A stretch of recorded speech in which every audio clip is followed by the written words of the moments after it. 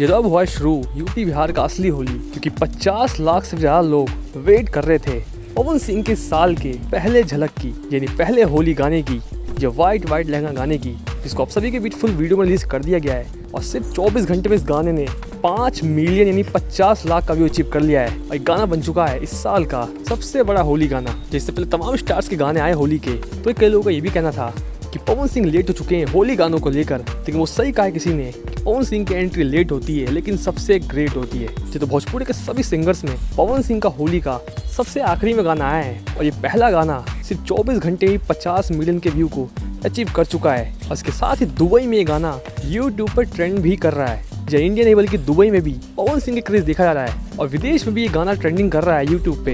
हालांकि पवन सिंह ने भी अपने सभी फैंस को स्पेशल थैंक्स कहा है इस गाने को ब्लॉकबस्टर बनाने के लिए। तो देखते हैं इस होली पर कौन सा गाना रहता है रेस में सबसे आगे। फिलहाल के लिए नंबर 1 पे है पावर स्टार पवन सिंह।